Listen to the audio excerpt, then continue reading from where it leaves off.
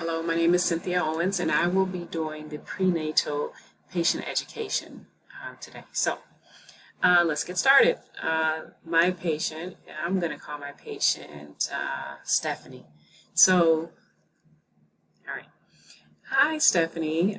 My name is Cynthia, and I will be your nurse today. And what we'll be going over is your prenatal first session. And I'm so glad. I first of all want to say that I'm very, very glad that you decided to come to us for your prenatal visits. So one thing that studies have shown are people that seek prenatal care actually have healthier and better outcomes for the fetus as well as the baby. So we're definitely glad that you're here. And if at any time you have any questions or you have any concerns, or there is something that you heard, somewhere and you just want to, do a little fact checking, definitely, let me know and we'll address those issues and those questions that you may have. So you may have questions about what to expect during your prenatal visits. So initially we will be doing some testings, we'll be doing some ultrasounds, we'll be doing a physical exam, and that is just basically to check on your health as well as the health of the fetus. So usually the very first, when you first find out that you're, pregnant, all the way up to about 26 to 28 weeks, then you'll be seeing us once a month. And then from 26 weeks or 28 weeks to about 36 weeks, you'll be seeing us every other week, so like twice a month. And then from 36 weeks on to birth, you'll be seeing us every week. So again, that's just to make sure that, the baby's healthy, you're healthy. We check the fetal heart rate, we do ultrasounds. And the ultrasounds, what that is basically we have you lay down, and then we put warm gel on your belly and a Doppler. We use that and, on your belly. And what we're looking for is the size of the baby. We can check the gender. We can also check to make sure that there isn't any cord compression, like the umbilical cord, wrapped around the baby anywhere. We check for what's called embryonic fluid. That's the fluid that the baby is, basically swimming around in inside the embryonic sac. So, until birth. So we want to make sure that that level of fluid, is sufficient. We also want to check on the growth of the baby. How big is the baby at 16 weeks, or how much has the baby grown at 24 weeks, and different things like that. So we do that, and some of the other tests that we do HIV as well as STD or STI testing. The common ones that we test for is HIV, like I mentioned, as well as gonorrhea and chlamydia. And basically, those main three are because those are the main ones that are prevalent. And during your pregnancy, as well as the baby is born, if you have any of those STDs, it can definitely adversely affect the baby. So we want to make sure that if there are any STDs or STIs or any other infections that are present, that we address those, before the baby even, gets here. So, or tries to get here, whatever. So, we want to do that. The other test that we do is a glucose tolerance test. And so basically you drink this oral solution and it will let us know, based on the results, okay, if your blood sugar went way high, if it stayed normal, and there were no changes. Basically what we're testing for is if you would have gestational diabetes, meaning it's diabetes that you have once you're pregnant. You may not have diabetes at all, but this appears, once you're pregnant. So we want to check to see if you're at risk for that. The other thing that we test is the hemoglobin test. We want to check to see if you're Rh negative or Rh positive, and seeing where that matches with the baby. So there's other, tests that we do. We definitely will give you a physical exam. We take your medical history, to see what you're at risk for. And, consequently, some of the things that you're at risk for, it also places the baby at risk. Say, for example, you have a history of hypertension. Okay, well, that could be at risk to you when it's time to deliver, because if your blood pressure is too high, then you could have, negative effects. And we want to do everything that we can, to avoid those things. So I know we covered a lot, in a short period of time. So did you have any questions or any thing that you wanted me to address? Okay, all right. And if you have any questions, definitely, let me know.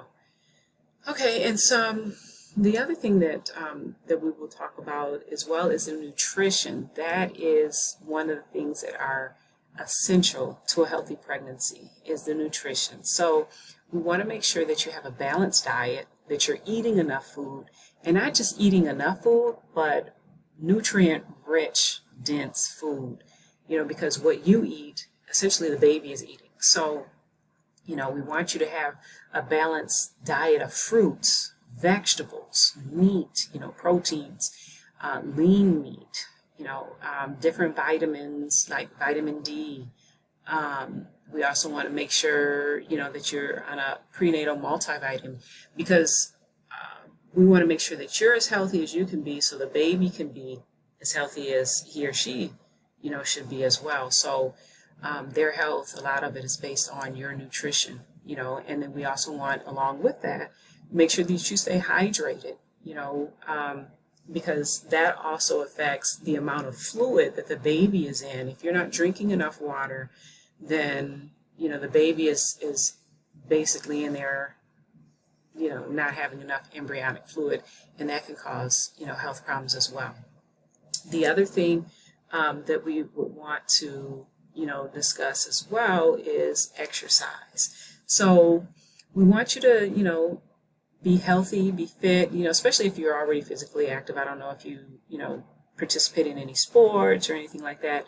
We definitely want you to, what I call is do natural movements. Like, for example, walking, is excellent for you because your body is already actually natural to walking, and that's not strenuous. That's not putting you under more stress.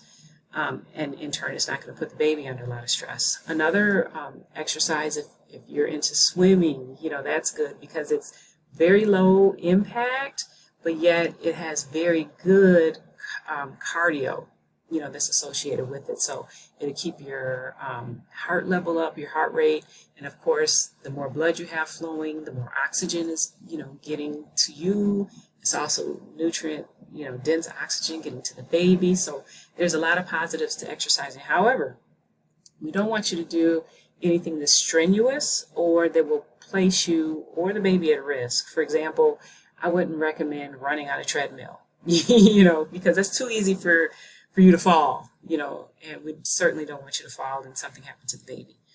So things like that are heavy weightlifting, we don't encourage that. I mean, doing little, strength training or something like that, that's fine. But deadlifts, squats, different things like that, no. So, we want to keep the pressure and the stress and the bearing down and the heavy weight. We don't want to do that. The other thing is, maintaining a good weight, a good healthy weight, while you're expecting is essential as well. So, for example, if you're a normal weight, like your BMI is 18 to 24 or something like that, you would expect to gain about, 25 to 30 pounds. However, if you're considered obese, meaning your BMI, which is the body mass index, is 30 and above, then we're trying to shoot for maybe 10 to 13 or 15 pounds, really no more than that. Because, additional weight could put the baby at risk as well as yourself for health issues like diabetes, so we definitely want to keep you and keep the baby as healthy, as possible. So that is, the main thing that we're, shooting for. And I know, pregnancy is a very, very exciting time, but it's a time that there is a lot that is unknown. So and then there's things that I'm sure that you've heard, about complaints of pregnancy. For example, morning sickness. Who has not heard of morning sickness? So one thing is that, that could be caused by fluctuation in your hormones and different things like that. So one way that you can try to combat morning sickness is, staying away from the strong fragrances like very perfumey or super fragrant aromas. Sometimes that can just like bring on nausea. Another thing is you may want to, not eat a lot of gas like foods, like a lot of greens if you can help it, or onions or garlic or or things like that. The other thing is that sometimes smaller frequent meals are better because you're not loading yourself with so much food at one time. So small frequent meals are good. If you're still having a problem with nausea and vomiting, we definitely want to have you come in because we don't want you to start losing weight or being in imbalance with your nutrition because you're vomiting up so much food.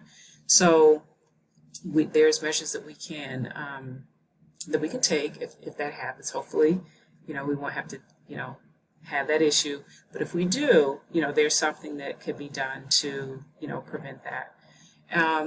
The other thing is that some of the other things that people complain about is having to always go to the bathroom. And that is true, and that is because you have this baby that's inside of your belly, that's above your bladder, that's growing and getting heavier and things like that, and it's actually compressing down on your bladder.